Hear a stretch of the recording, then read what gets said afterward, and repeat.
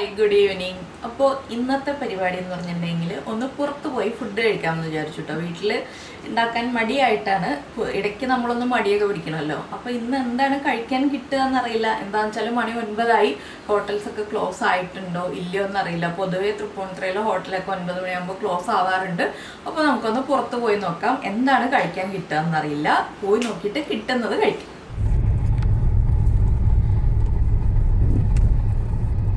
ഞങ്ങളിത് ആ റോഡിലേക്ക് എത്തിട്ടോ, മെയിൻ റോഡിലേക്ക് എത്തി. ഇവിടെയൊക്കെ ഷോപ്സൊക്കെ അടച്ചു തുടങ്ങി. ഇവിടെ ഇപ്പോൾ അടുത്ത ദിവസം ഞാൻ വരാൻ ഉദ്ദേശിക്കുന്ന ഒരു സ്ഥലമുണ്ട് കേട്ടോ. എന്താണെന്ന് വെച്ചിട്ടുണ്ടെങ്കിൽ പൂർണ്ണശ്രീ കാറ്ററേഴ്സിൻ്റെ ഇലസദ്യ എന്ന് പറഞ്ഞിട്ടൊരു പരിപാടി ഇവിടെ തുടങ്ങിയിട്ടുണ്ട്. രാവിലെ 11:30 മുതൽ വൈകിട്ട് 3:30 വരെ ഇലസദ്യ. 365 ദിവസവും ഇലസദ്യ ഉണ്ടാവും ഇവിടെ. അത് ഞാൻ അടുത്തൊരു ദിവസം വന്ന് എനിക്ക് ഇലയിലെ സദ്യ കഴിക്കണം എന്നൊരാഗ്രഹമുണ്ട്. കണ്ടായിരുന്നത് അവിടെ അതാണ് പരിപാടി. എനിക്കത് കഴിക്കണമെന്ന് ഞാൻ ഒരു ദിവസം വരും. എനിക്ക് ഭയങ്കര ആഗ്രഹം. ഞാൻ കിച്ചൂസിന്റെ അടുത്ത് പറഞ്ഞു കൊണ്ടുപോവാ. അപ്പൊ ഞങ്ങളിങ്ങനെ പൊതുവെ മടി പിടിക്കാറില്ല കേട്ടോ. വല്ലപ്പോഴും ഒക്കെ ഒരു ചേഞ്ച് വേണ്ടേ. എന്നും വീട്ടിൽ നിന്ന് ഉണ്ടാക്കി കഴിച്ചപ്പോൾ ഒരു ദിവസം ഒന്ന് മടി പിടിച്ച് പുറത്തുനിന്ന് ഫുഡ് കഴിക്കാമെന്ന് വിചാരിച്ചു. അപ്പം നമ്മുടെ ഗാന്ധി അപ്പൂപ്പൻ ഇവിടെ നിൽക്കുന്നുണ്ട്. പണ്ട് ഇതുവഴിയായിരുന്നു നമ്മൾ പോയിരുന്നത് തൃപ്പൂണിത്തുറയ്ക്ക്. ഇപ്പോൾ അവിടെ പാലം ക്ലോസ് ചെയ്തിട്ടിരിക്കുകയാണ്. പിന്നെ ഇവിടെ ഒരു ദോശക്കടയുണ്ട്. പക്ഷെ അവിടുത്തെ ദോശ അത്ര ടേസ്റ്റ് ഇല്ല. അതുകൊണ്ട് ദോശക്കടയിലേക്ക് പോകുന്നില്ല. പിന്നെ രാത്രി ആയതുകൊണ്ട് ഞാൻ ഇവിടെ നിന്ന് അധികം വീഡിയോ എടുക്കുന്നില്ല. എന്താണെന്ന് വെച്ചാൽ ഇരുട്ടും ഓപ്പോസിറ്റ് വണ്ടിയുടെ ലൈറ്റും മാത്രമേ ഉള്ളൂ. അപ്പം ഞാൻ ഉദ്ദേശിക്കുന്ന സ്ഥലം ശരവണ ഭവനാണ്. ശരവണ ഭവനിൽ പോയിട്ട് നമുക്ക് വീഡിയോ എടുക്കാം. അപ്പോൾ ഞങ്ങൾ പോകുന്നത് ഇതാ ഇവിടെ ശരവണ ഭവൻ, വടക്കേക്കോട്ട വാതിലുള്ള ശരവണ ഭവനിലാണ് കേട്ടോ. ഇവിടെ തൃപ്പൂണിത്തുറയിൽ 2 ശരവണ ഭവനുണ്ട്. ഒന്ന് പുതിയകാവ് ആയുർവേദ ഹോസ്പിറ്റലിൻ്റെ അടുത്തും ഇവിടെ വടക്കേക്കോട്ട വാതിലാണ്. ഇത് വടക്കേക്കോട്ട വാതിൽ മെട്രോ സ്റ്റേഷൻ്റെ തൊട്ടടുത്താണ്. അവരുടെ പരസ്യമല്ല കേട്ടോ, ഞാനിവിടെ ലൊക്കേഷൻ പറഞ്ഞു എന്നേ ഉള്ളൂ. തിരക്കാണോ ഇല്ലയോ എന്നറിയില്ല. തിരക്കാണെങ്കിൽ പണിയാണ്. അത്യാവശ്യം നല്ല തിരക്കുള്ള റെസ്റ്റോറൻ്റാണ്. റോഡിൽ വണ്ടിയൊക്കെ കിടക്കുന്ന കണ്ടിട്ട് തിരക്കാണെന്ന് തോന്നുന്നു. റോഡില് വണ്ടി കിടക്കുന്നത് നമുക്ക് നോക്കാം. സാധാരണ ഇവിടെ വണ്ടി ഇടാൻ സ്പേസ് ഉണ്ടാവാറുണ്ട്. നോക്കിയിട്ട് ഒരു വണ്ടി പോവാണോ വന്നതാണോ എന്ന് അറിയില്ല.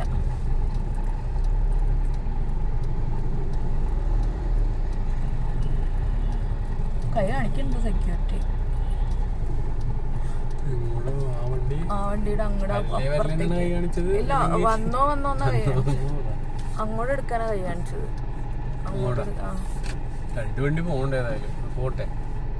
ഈ വണ്ടി വന്നേ ഉള്ളൂ. അപ്പൊ അങ്ങോട്ട് എടുത്തോ. പുള്ളി കൈ കാണിച്ചത് അതിന്റെ അപ്പുറത്തേക്ക് സ്പേസ് ഉണ്ടെന്നാണോ ഇല്ലെന്നാണോ. ആ വണ്ടി പോകുമ്പോ എടുക്കാൻ പറ്റുമായിരിക്കും. ഈ വണ്ടി പോകുമ്പോ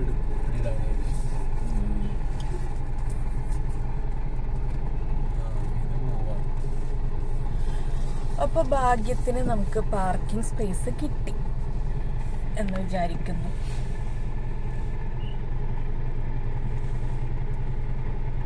ഒരു വണ്ടി പോകുന്നുണ്ട്. അപ്പൊ ആ ഗ്യാപ്പിൽ പാർക്ക് ചെയ്യാം. അങ്ങനെ നമ്മൾ വണ്ടി പാർക്ക് ചെയ്തു. ഇനി റെസ്റ്റോറൻറ്റിൻ്റെ ഉള്ളിൽ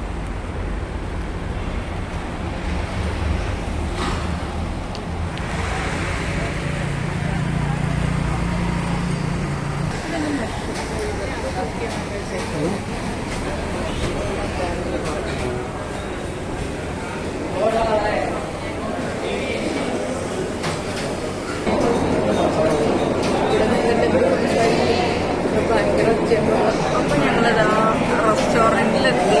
എന്താ കഴിക്കണ്ടേന്ന് അറിയില്ല. ഓർഡർ ചെയ്തിട്ട് എന്താന്ന് വെച്ചാൽ നോക്കാം. പൂരി, മസാല ദോശ, ഫിൽറ്റർ കോഫിയൊക്കെ വന്നിട്ടുണ്ട്. കൈവുള്ളുണ്ട്. അപ്പൊ ഞങ്ങൾ എന്തായാലും കഴിക്കട്ടെ. കഴിച്ചിട്ട് ബാക്കി വിശേഷങ്ങൾ പറയാം.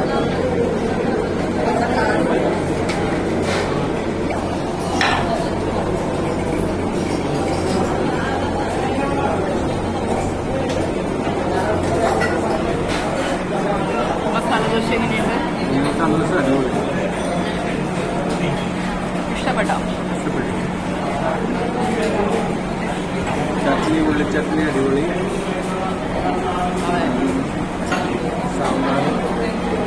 സാമ്പാർ അടിപൊളി. റോട്ടി അടിപൊളി.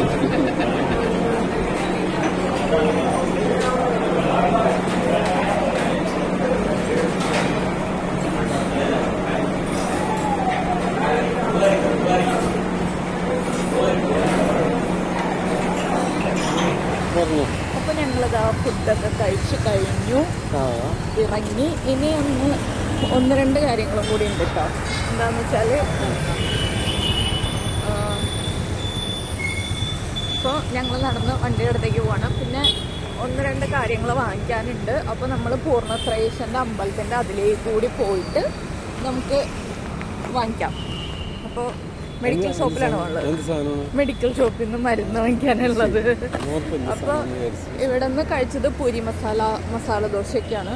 അപ്പോൾ ഞങ്ങൾ പുതിയതായിട്ടൊന്നും കഴിച്ചില്ല. എന്താണെന്ന് വെച്ചാൽ പിന്നെ പൊടി ഇഡലി ഉണ്ടായില്ല കേട്ടോ. പൊടി ഇഡലി ഉണ്ടെങ്കിൽ പൊടി ഇഡലി കഴിക്കാമെന്ന് ചോദിച്ചു. അപ്പോൾ ഇഡലി ഐറ്റംസ് ഒന്നും അവർ പറഞ്ഞില്ല.